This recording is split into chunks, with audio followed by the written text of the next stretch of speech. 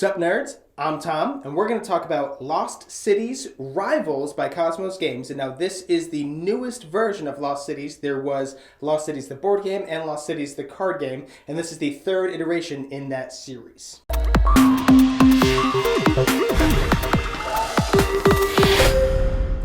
Lost Cities Rivals is, at its heart, a bidding game. It goes 2 to 4 players, and I generally think it's better with more players, but you're trying to collect sets of cards. There are colors and numbers, and I guess they're elements, whatever.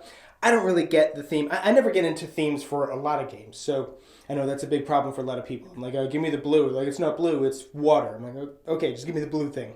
But you're trying to get, there's 5 different colors, and there are different numbers. You're trying to get the numbers in sequential order. So if the 9 is the first number you take, well, that's not very good because the 10 is the only other number that's out there.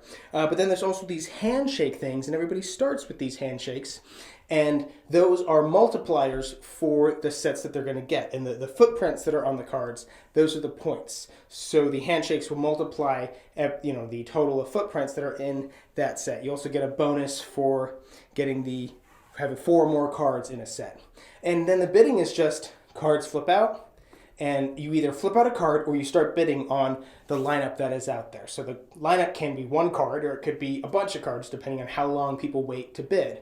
But once you bid, it's just the normal, I pay 1, I'll pay 2, okay, I'll pay 3, okay, I'll pay 4, okay, I'll pass. Once I pass him out, and then he has to pay 5 or more, it's the regular bidding. And then once you do that, you can burn one of the cards that are in the row, but then after that, you just take whatever you want and you add it to your lineup. So there is a little bit of this press your luck of waiting for more cards to flip out. Because if more cards flip out, the more likelihood that there will be a lot of cards out there, so you could get the 2, 3, 4, 5, in the lower numbers first. Because like if there's a 2 out there, I think 2 is actually the lowest. I don't think there's a 1. So if let's say there's a 5 out there, and you bid and you buy it, and then the next card that flips up is a 4 in that same suit, you're going to be kicking yourself that you didn't wait longer.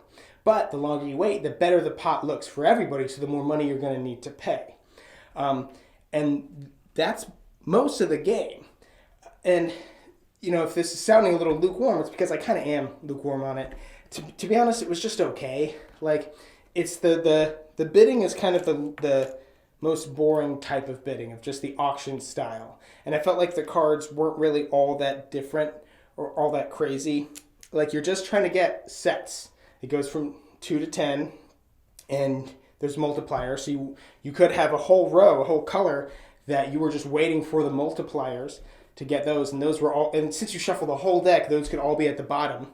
You could be waiting the whole game for cards that are at the bottom. And I guess after a while you would start realizing that and start being like, well, I've spent half the game without working on this row. Maybe I should start working on this row. There's a lot of card counting too, because you know how many handshakes are out there, so you can count how many handshakes people have. The reason why I'm kind of lukewarm about it, well, it's because, I just felt there wasn't a lot to it. It was just a really light game. And, I think there are just better light games out there. But what's weird is that there were a lot of people who really liked it. So there was one of the guys I was playing this with, he could tell that I wasn't really liking it. And he's like, hey, if you don't like the game, I'll buy it off of you. And because there are a lot of people who really just loved Lost Cities. And they said that Lost Cities was better, that the original, the card game, I guess, was the really big one that did really well. And I never played it. So maybe I should play it, because what that'll do is maybe it'll give me a little bit more perspective, or maybe I'll like that one a lot better. But for this one, it was just kind of swing and a miss for me. Like, there's a lot of games that when I don't like it, I have to specify it. Like, I don't think it's a bad game per se. I don't think it's poorly designed or anything. I don't think it's broken. I'm just kind of, it was okay when I was playing it, but I probably wouldn't choose to play it again. But I am interested in playing the original Lost Cities. I guess maybe if you played it, tell me in the comments. Because if you're saying, well, Tom, the original Lost Cities is just about bidding and getting sets of cards, and, then if it's similar enough to this, you won't like it. But some people were saying that it's different enough, so I really don't know. All I know is this one right here, and this one was just okay.